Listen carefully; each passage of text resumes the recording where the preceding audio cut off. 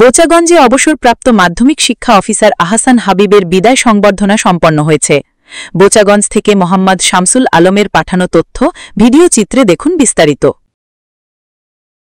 দিনাজপুরের বোচাগঞ্জে বৃহস্পতিবার অবসরপ্রাপ্ত উপজেলা মাধ্যমিক শিক্ষা অফিসার আহসান হাবিবকে মাধ্যমিক বিদ্যালয়ের শিক্ষকবৃন্দ বিদায় সংবর্ধনা প্রদান করেছে।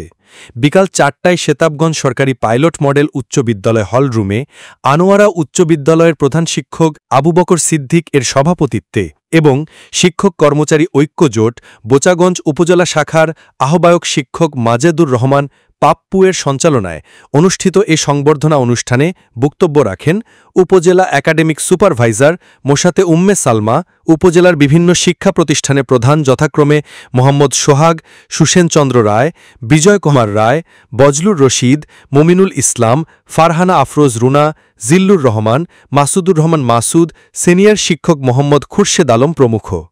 সভায় অবসরপ্রাপ্ত উপজেলা মাধ্যমিক শিক্ষা অফিসার আহসান হাবিব তার বর্ণাঢ্য চাকুরি জীবনের অনেক স্মৃতি তুলে ধরার পাশাপাশি মনের অজান্তে যদি কোনো শিক্ষকের মনে দুঃখ দিয়ে থাকেন তা ক্ষমাসুন্দর দৃষ্টিতে দেখার জন্য শিক্ষকদের প্রতি অনুরোধ জানান। সকল সমস্যায় উনি আমাদের সমাধান করছেন। আসলে বিদায় শব্দটা অত্যন্ত বেদনাদায়ক। এই বিদায় শব্দটা যখন আমরা উচ্চারণ করি তখন কিন্তু আমাদের জীবনের শেষ ক্রান্তিকালের সময়টা পর্যন্ত আমাদের কাছে ভেসে ওঠে। দীর্ঘদিন স্যারের সঙ্গে আমরা একই উপজেলায় আছি।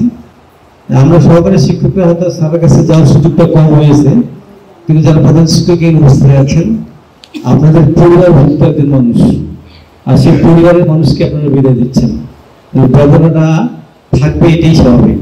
কেবলমাত্র সৌভাগ্যবান হলেই এই দিনটি পাইতে পারে যে একজন মাধ্যমিক শিক্ষা অফিসার দুইবার একটা উপজেলায় থাকেন না। তবে আমরা মনে করি উনি মনের টানে এসেছিল আমাদেরকে ধন্য করার জন্য।